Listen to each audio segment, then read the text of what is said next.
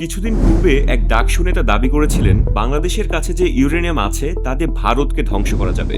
আসলেই কি তাই? ইউরেনিয়ামের মজুদ থাকলে কি তা দিয়ে পারমাণবিক বোমা বানানো সম্ভব? বাংলাদেশে ইউরেনিয়ামের উপস্থিতি আছে মৌলভীবাজার এবং সিলেটের জৈন্তাপুর অঞ্চলে। সেখানে মাটির নমুনায় ইউরেনিয়ামের ঘনত্ব 500 থেকে 1300 পার্টস পার মিলিয়ন পর্যন্ত পাওয়া গেছে। 1975 সালে সিলেটের হারাগাছায় সম্ভাবনা শনাক্ত হয়, পরে বিভিন্ন দফায় পরীক্ষা চলে।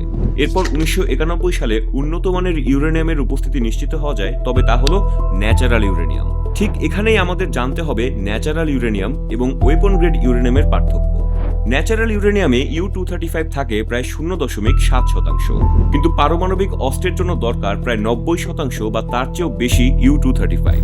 এই মাত্রায় পৌঁছাতে লাগে এনরিচমেন্ট প্ল্যান্ট, বিশেষ যন্ত্রপাতি, বিপুল বিদ্যুৎ সরবরাহ, গোপন সাপ্লাই চেইন এবং বহু বছরের রাষ্ট্রীয় সক্ষমতা। বাংলাদেশের অর্থনৈতিক প্রেক্ষাপটে এই বিপুল আয়োজন করা যৌক্তিক কিনা তা নিয়ে কিন্তু প্রশ্ন আছে।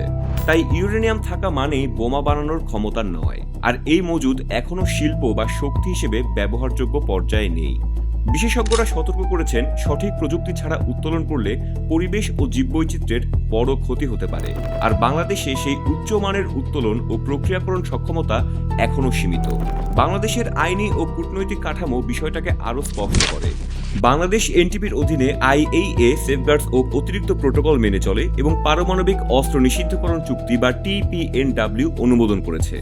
এই অবস্থান বদলে অস্ত্রপথে হাঁটলে তাৎক্ষণিক আন্তর্জাতিক তদন্ত, নিষেধাজ্ঞা, অর্থনৈতিক অবরোধ ও বিচ্ছিন্নতা অনিবার্য।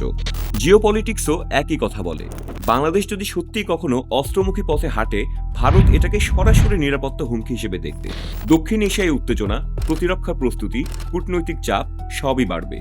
একই সঙ্গে পশ্চিমা দেশগুলোর নিষেধাজ্ঞা, প্রযুক্তি অবরোধ, অর্থনীতিতে ধাক্কা সব সম্ভাবনাই বাস্তব হয়ে উঠবে। কাজেই সার কথা খুবই সহজ।